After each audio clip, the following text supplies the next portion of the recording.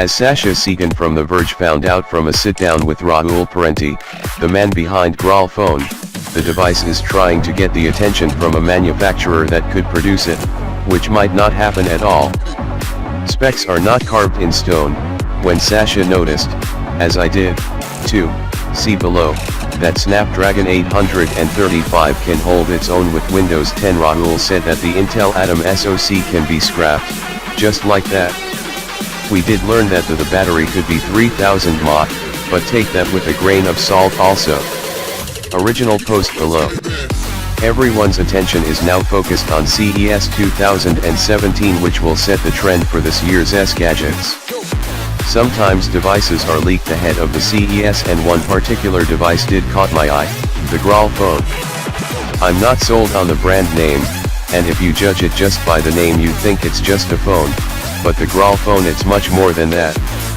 If you come here regularly you know that I'm a big fan of multi-purpose devices, and this one is a mini PC, a phone, a tablet, and a 3D camera, with optical zoom, so what you could possibly want more? I can see what the French company intends to do here. Most phones can take pictures and let you send and receive emails, but you might get frustrated with the fact that the pictures might not be as good as you want, or that for answering an important email, or writing a blog post, you might wait until you get home to an actual computer. So they want to give you the actual computer feeling on a device you can carry with you. Not bad. Remember all those popular tablets powered by Intel Atom and with Windows 10 that got launched last year? This one will have a full keyboard, HD screen, and a stylus. Yes, using Windows 10 on smaller screens is a challenge.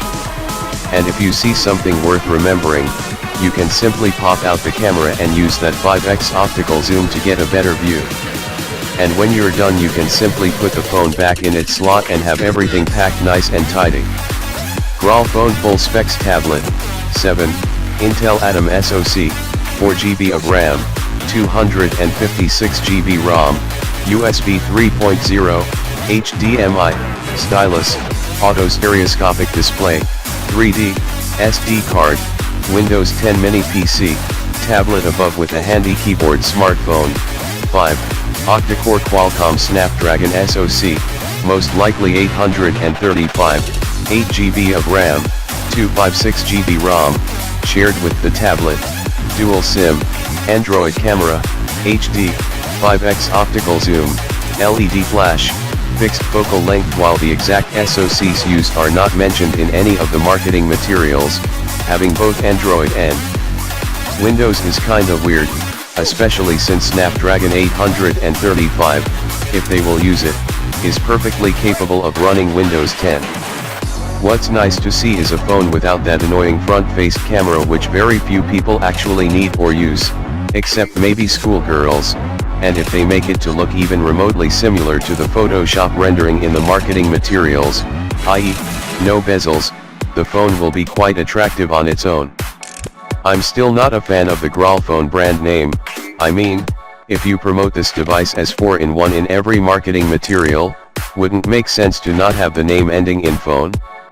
If folks at GraalPhone are reading this, guys, there's got to be a better brand name that could catch the essence of your multi-use product. On the top of my head I can find a few much better ones, even simply Graal or GraalPC would be better imho. If this caught your interest and you're at CES you can pay them a visit at Eureka Park Marketplace in Hall G, booth number 50,831 at the Sands Expo Center. Or you can wait for the device to hit the market, which should be in a few months, 2 to 11, to be exact, depends on who you ask. One marketing material claims the device is in its final stages of production while another says it will be ready closer to the end of the year. Price? You better not ask, smiley face. There are no details on pricing yet, but the high-end Qualcomm registered trademark Snapdragon trademark SoC with 8GB or RAM plus another Intel Atom SoC with 4GB of RAM are a clue.